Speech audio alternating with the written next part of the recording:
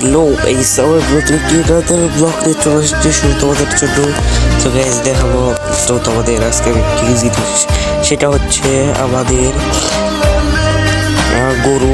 তো দেখো আমাদের গরু, আমাদের এখানে সর্বমোট 9-10টার মতো গরু আছে, বাচ্চা থেকে শুরু করে ছোট বাচ্চা থেকে শুরু করে 9-10টার মতো গরু।